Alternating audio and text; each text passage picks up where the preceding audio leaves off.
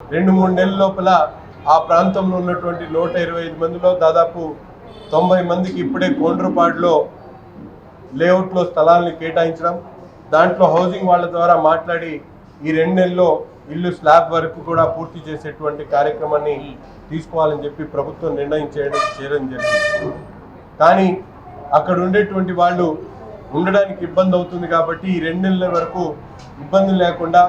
ఎక్కడో దగ్గరలో ఉన్నటువంటి ఇళ్లలో ఉండేటువంటి విధంగా ప్రతి ఒక్క కుటుంబానికి 5,000 ఇవ్వాలనేటువంటి ఆలోచన చేసి స్థానికంగా ఉన్నటువంటి కూటమి నాయకులందరూ, ఎందుకంటే అక్కడ ఉండేటువంటి వాళ్ళందరూ కూడా మా కుటుంబ సభ్యుల్లాగా వాళ్ళతో ప్రతి సందర్భంలో కూడా మమేకమవుతూ ప్రతిపక్షంలో ఉన్న అధికార పక్షంలో ఉన్న ఆ ప్రాంత ప్రజలతో సోదరభావం కలిగినటువంటి వ్యక్తిగా వాళ్ళ కష్ట నష్టాల్లో భాగస్వాములు అవ్వాలనేటువంటి ఆలోచనతో ఈరోజు ప్రతి కుటుంబానికి కూడా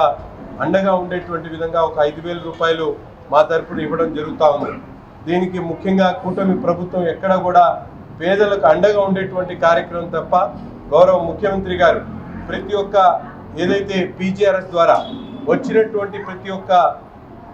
ఏదైతే వినతి ఉందో దాని మీద సానుకూలంగా స్పందించాలని, వాళ్ళతో సహృదయతో మాట్లాడాలని, వాళ్ళకి ఎటువంటి ఇబ్బంది కలగకుండా